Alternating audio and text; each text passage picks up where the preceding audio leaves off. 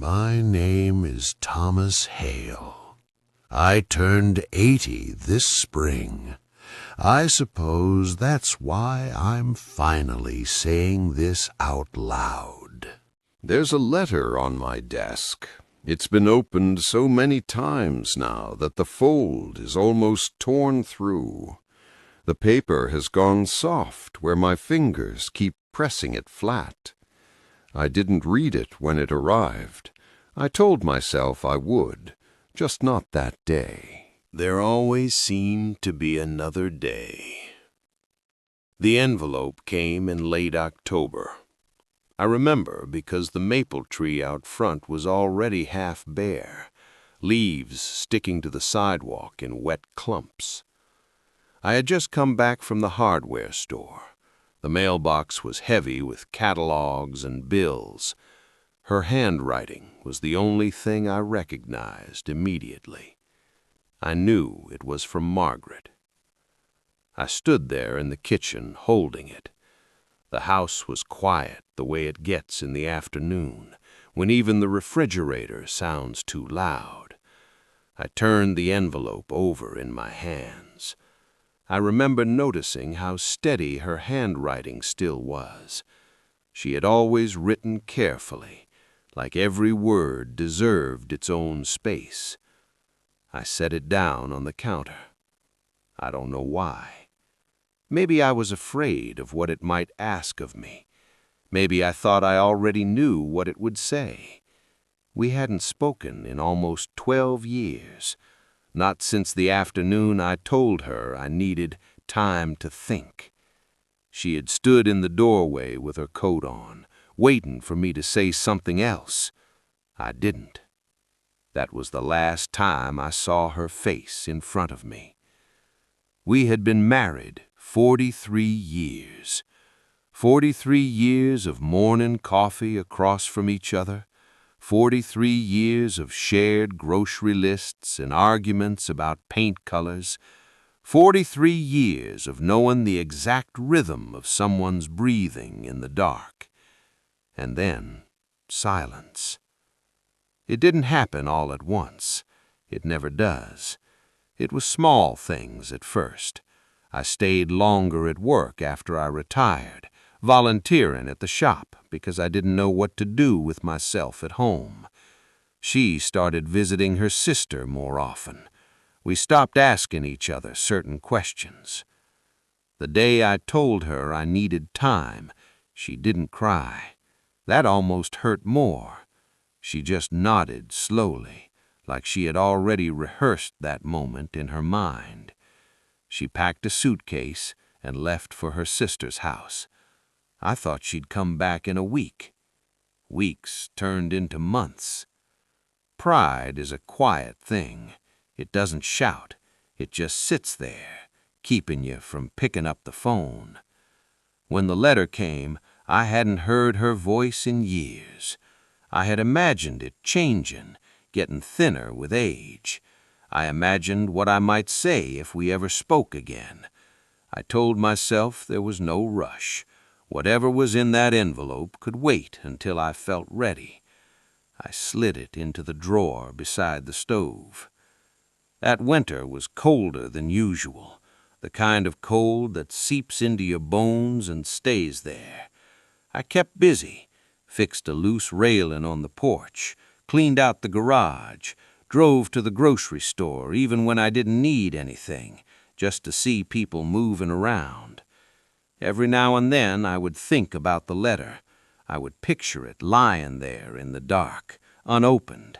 I told myself I would read it after Christmas, then after the New Year, then after my birthday. In February, I got a call from a number I didn't recognize. It was her sister. She spoke slowly, as if I were the one who might break.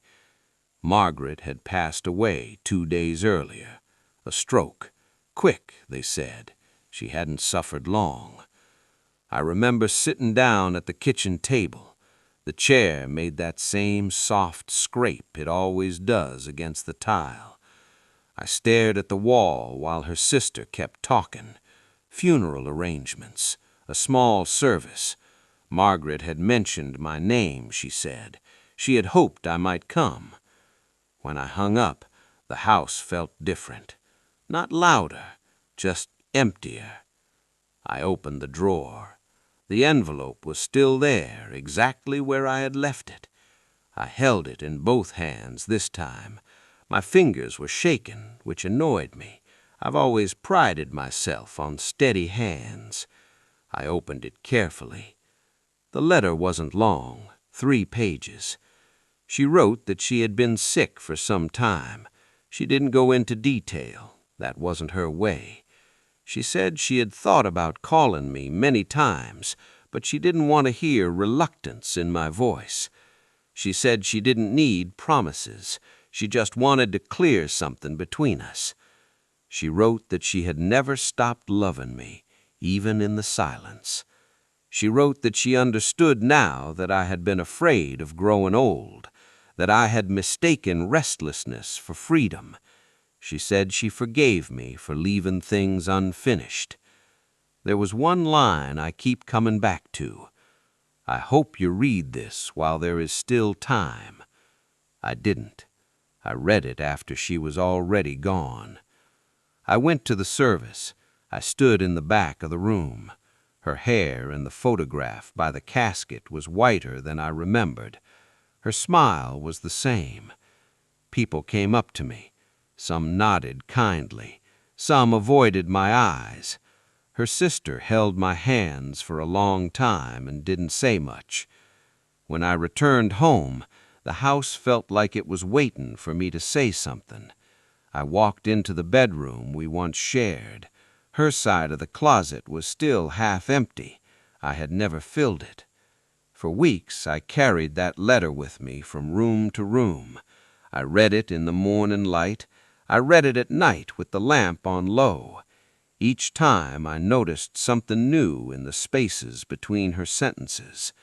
She wasn't asking me to come back. She wasn't asking for an apology. She was offering me a chance to answer, and I let it sit in a drawer. There's a particular kind of regret that doesn't shout. It doesn't keep you awake with noise. It just settles into your chest and stays there, steady and quiet. That's what this feels like. I replay that afternoon in October more than I care to admit. I see myself standing at the counter, the envelope in my hand. I imagine opening it right then. I imagine calling her that same evening. I imagine hearing her breathe on the other end of the line. I don't know what we would have said. Maybe nothing important. Maybe everything. At 80, you start to understand that time doesn't announce when it's about to close a door. It doesn't warn you that this is the last ordinary Tuesday, the last unopened letter, the last chance to speak without it being the final word. I live alone now. The maple tree out front is older, too. Some branches are bare year-round. I still check the mailbox every afternoon, though rarely there's anything but advertisements and bills. Every now and then I would think about the letter. I would picture it lying there in the dark, unopened. I told myself I would read it after Christmas, then after the New Year, then after my birthday. In February, I got a call from a number I didn't recognize. It was her sister. She spoke slowly, as if I were the one who might break. Margaret had passed away 2 days earlier. A stroke. Quick, they said. She hadn't suffered long. I remember sitting down at the kitchen table. The chair made that same soft scrape it always does against the tile. I stared at the wall while her sister kept talking. Funeral arrangements. A small service. Margaret had mentioned my name, she said. She had hoped I might come. When I hung up, the house felt different. Not louder, just emptier. I opened the drawer. The envelope was still there, exactly where I had left it. I held it in both hands this time. My fingers were shaken, which annoyed me. I've always prided myself on steady hands. I opened it carefully. The letter wasn't long, 3 pages. She wrote that she had been sick for some time. She didn't go into detail. That wasn't her way. She said she had thought about calling me many times, but she didn't want to hear reluctance in my voice. She said she didn't need promises. She just wanted to clear something between us. She wrote that she had never stopped loving me, even in the silence. She wrote that she understood now that I had been afraid of growing old, that I had mistaken restlessness for freedom. She said she forgave me for leaving things unfinished. There was one line I keep coming back to. I hope you read this while there is still time. I didn't. I read it after she was already gone. I went to the service. I stood in the back of the room. Her hair in the photograph by the casket was whiter than I remembered. Her smile was the same. People came up to me. Some nodded kindly. Some avoided my eyes. Her sister held my hands for a long time and didn't say much. When I returned home, the house felt like it was waiting for me to say something. I walked into the bedroom we once shared.